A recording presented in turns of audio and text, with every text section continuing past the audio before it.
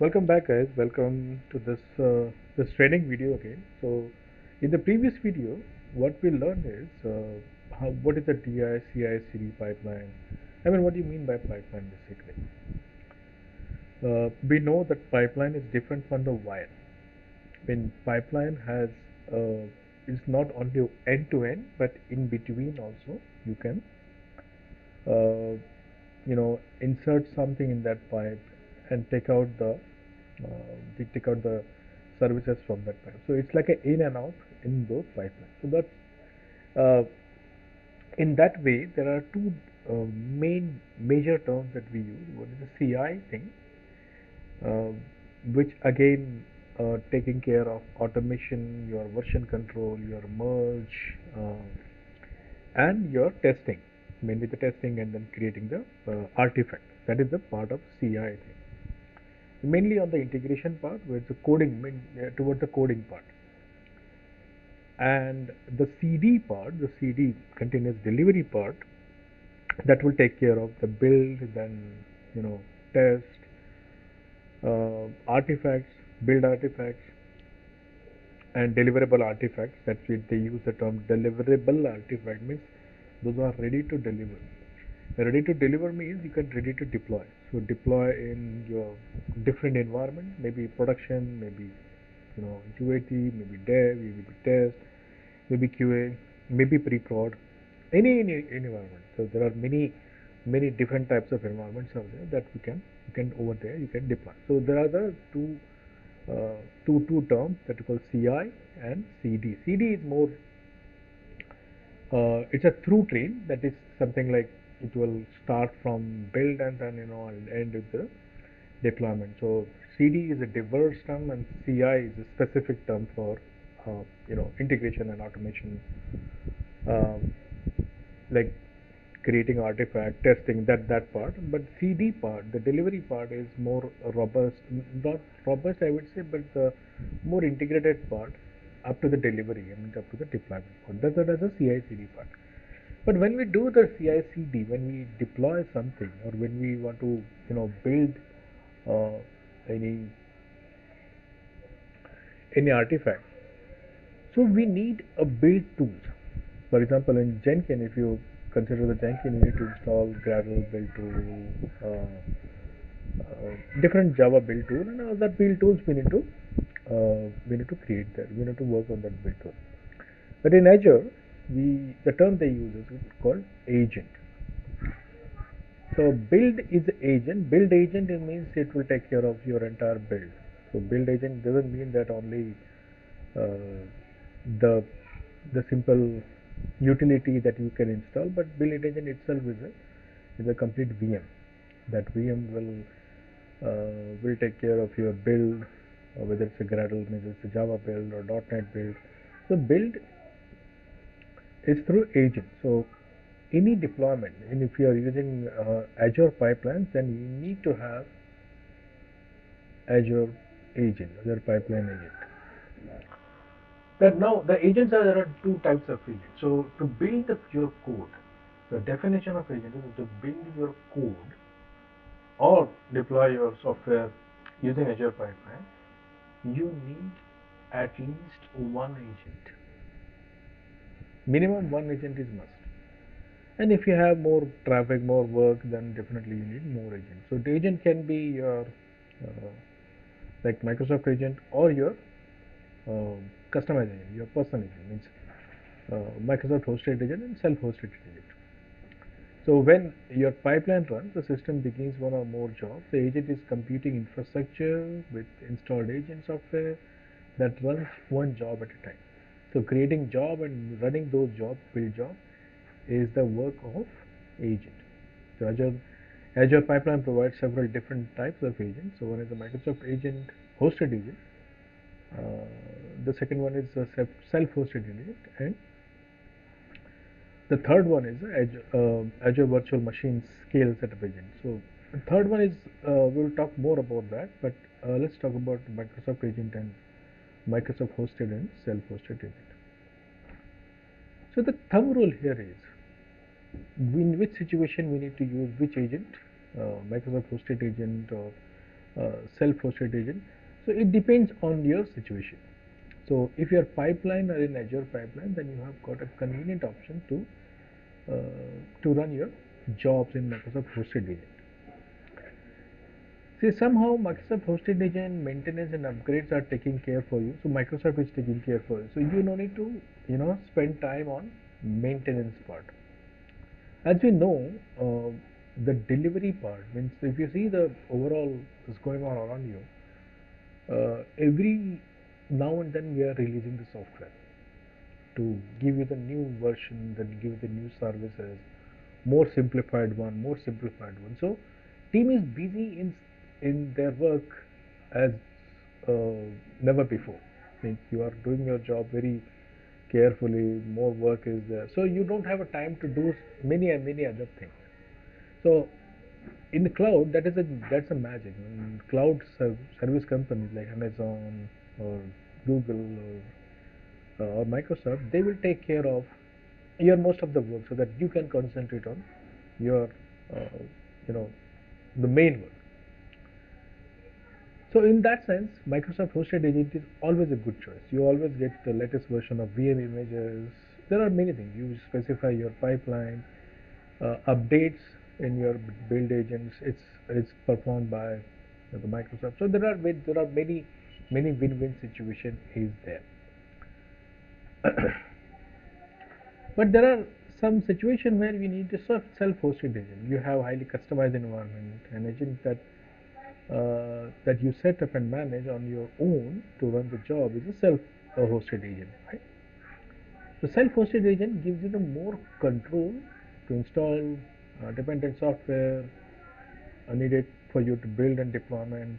So it is those controls you need to take care, or you need to take those controls in order to manage well.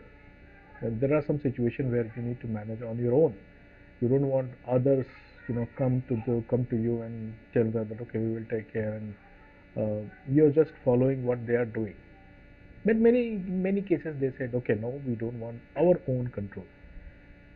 So in those cases, we need to use the self-hosted agent. Now, let's see the one demo. That demo will tell you that how we can manage the building. In this demo, I'm going to show you how to create organization and project level agent pools, and how to install and register build agents into our organization pool, and how to reference organization pools from our projects. Some things to know when using self-hosted Windows agents is that it must be Windows 7 or higher if you're using a client operating system, and if you're using a Windows server, then it must be Windows Server 2008 R2 SP1 or later, and you must have PowerShell 3 installed. It's also recommended that you have installed Visual Studio 2015 or later, and the .NET Framework 4.6.2 or later. One of the main reasons for using a self-hosted agent is machine hardware. For example, the code for Azure DevOps itself uses a pipeline with a 24-core server and 4 self-hosted agents on a single machine. To prepare for this demo, I've created an Azure virtual machine with Windows Server 2019 and Visual Studio Enterprise 2019. This is a standard D4v3 image. It has 4 CPUs and 16 gigs of RAM. When creating agent pools, there are 2 levels of scope for an agent pool. One is at the organization level and one is at the project level. When you create an agent pool at the project level, a matching agent pool is created at the organization level. So you will have 2 identical pools, one at the project level and one at the organization level. This is a one-to-one mapping. The first thing we're going to do is sign into our organization page. Then we'll click the organization settings in the bottom left-hand corner. This will open our settings menu. Then we will click on the agent pool menu option. This will open our agent pools page. This already has a pool named Azure Pipelines and one named Default. The Azure Pipelines is for Microsoft hosted agents, and the default is for self-hosted agents.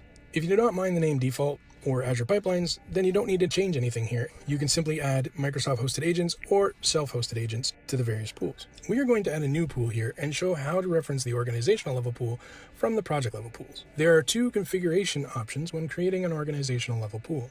The first, grant access permissions to all pipelines. If checked, will give all existing pipelines access to the newly created agent pool. The second is auto-provision this agent pool in all projects. This option, if checked, will automatically add a matching project level pool to any new projects we create. I'm going to leave these unchecked for now. Next, we will create our project level agent pool. We'll bring up our project, click on the project settings, Then we'll click on the Agent Pools option, and that'll bring up our Agent Pools page. There are matching Azure pipelines and default pools on this page. This is at the project level. We'll go ahead and click the Add button, and now we have the option for selecting a new or existing agent pool. Selecting the existing agent pool will give us a list of the organizational agent pools to choose from. We will select the existing option and select our Org1 agent pool. I'm going to uncheck the Grant Access to All Pipelines and click Create. This will create a project level agent pool that has a direct reference to our organizational agent pool of the same name. The next thing we need to do is create a personal access token, or PAT. This is how we're going to authenticate the agent machines with our DevOps organization and project. We will click on the person icon here in the top right and bring up the profile menu. Then we will select personal access tokens. This will bring us to the page where we can add an additional token. Go ahead and click the new token button. And we'll give our token a descriptive name. I'm going to use build agent. Then we need to set the permissions for the token here. We have the option of giving full access to the token, or we can give very specific permissions. We can also set the expiration length here. It has the option to never expire, but I'm just going to leave it for the default expiration of 30 days. And we only need to give build, read, and execute, and agent pools read and manage permissions to this token. To find agent pools, we're going to need to click the Show All Scopes. Once we have everything set, click Create. This will create our new personal access token and give us the option to copy the token. It's very important to remember that this is the only time Azure will show you this token value. There is no way to retrieve the token value once you leave this page. You can edit the permissions later, and you can regenerate the token, but you can never get this particular value back. So it's a good idea to copy it and store it with your other secure passwords. Now, we need to log into our build agent machine and open a browser to our organizational DevOps page. After we sign into our organization, we click the organization settings. Then we'll click on the agent pools option, and then we'll click on the new Org1 agent pool that we created, and click on the agents tab at the top. This will bring us to our agents page with a button for adding a new agent. We will go ahead and click this button, and a dialog will pop up with instructions on how to install an agent. It has the option to download the zip file for the agent software, or you can copy and paste a script. We're going to download this file and run the installer. If you're comfortable with PowerShell and you fully understand the script that's being run, then feel free to use that option. Once we've downloaded the file, we will unzip it to its own directory.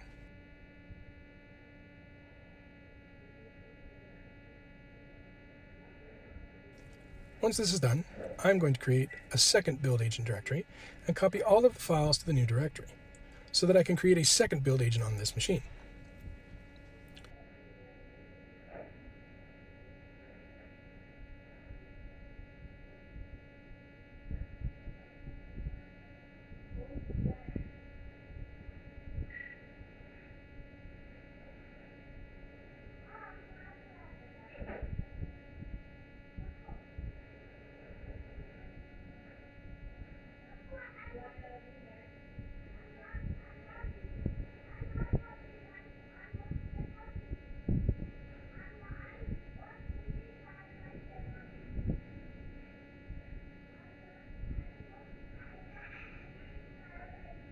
In the address bar of the Windows Explorer, we can just type cmd, and that will open a Windows command prompt in the current directory.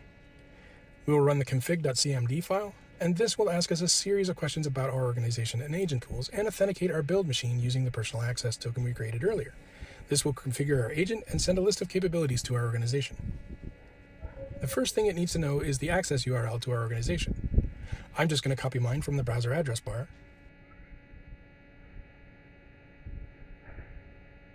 Then it's going to ask us how we want to authenticate with our organization. We can choose PAT, personal access token, by default by typing PAT or hitting enter. You can also use a Windows username in the format of domain/username or username@domain.com. If you're using this format, it will then ask you for a password for your account. We, however, will be using a personal access token. Then I can just paste my personal access token here. It then authorizes the build machine with our organization and connects. Now, it'll ask us which agent pool we'd like to use. You can just hit enter if you want to use the default self-hosted agents pool. But in our case, we want to use the one we created. So I'll just copy the name from our organization agent pool page. Now, we enter our build agent name. Hitting enter will use the machine name of the computer. I'm going to use build agent A. It then scans for all relevant software installed on the build agent machine and adds the machine to our organizational agent pool. It's then going to ask us for a name for our working directory. This is the directory that all of our tasks and working files are saved to when building our project and using our build agent. I'm going to hit enter and use the default entry. It's now asking us if we want to run the agent as a service or interactively. Running interactively requires additional configuration and can involve domain policies, which are not within the scope of this course. We're going to type Y for yes, and then it's going to ask us if we want to use the NT Authority Network service as the user account for the service. We're going to hit enter and accept the default. It will then finish setting up our build agent and let us know if it was successful or not. Some of the reasons that it may fail are failure to authorize our PAT, no network connectivity to the server, or not having right permissions on the directory the build agent is installed in. We have now installed our first build agent, and I am going to quickly install a second build agent. It's an identical process. This lends itself well to scripted and unattended agent installations for multiple agents. Now that we have our agent pools configured and our build agents installed, we can now update our pipeline to use our pool of agents to build our project. I will navigate to our project pipeline and click Edit. This will bring up the YAML file. Now, I've already configured our pipeline to use the new project agent pool, which delegates to our matching organization pool. All that I've changed here was to replace the VM image attribute with the name attribute under the pool heading in the YAML file. I've also set the name attribute to our new project agent pool, org1 agent pool. And I'll just click Run.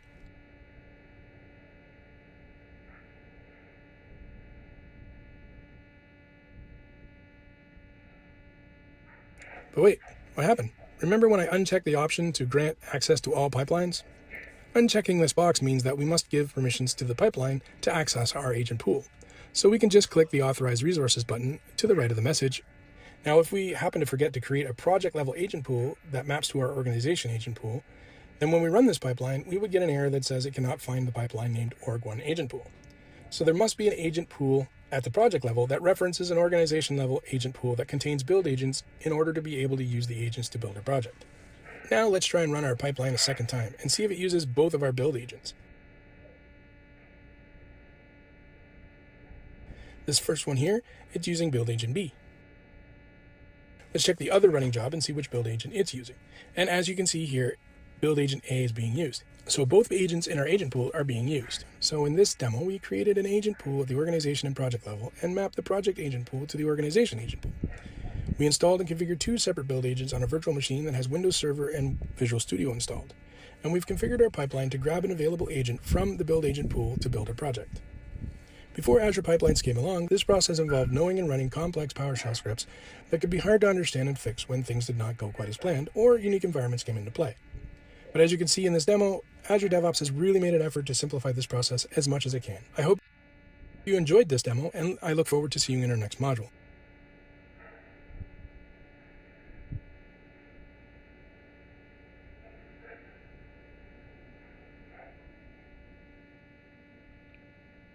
So that is all about the agents. So in the next lecture, we will talk more about something new. So far, CI/CD and agents we have seen. So in the next video, we will talk more about other parts of your Azure DevOps. Till then, happy learning. And by the way, if you are really interested in real-world projects, please contact us, and we will help you in that. Until then, guys, happy learning.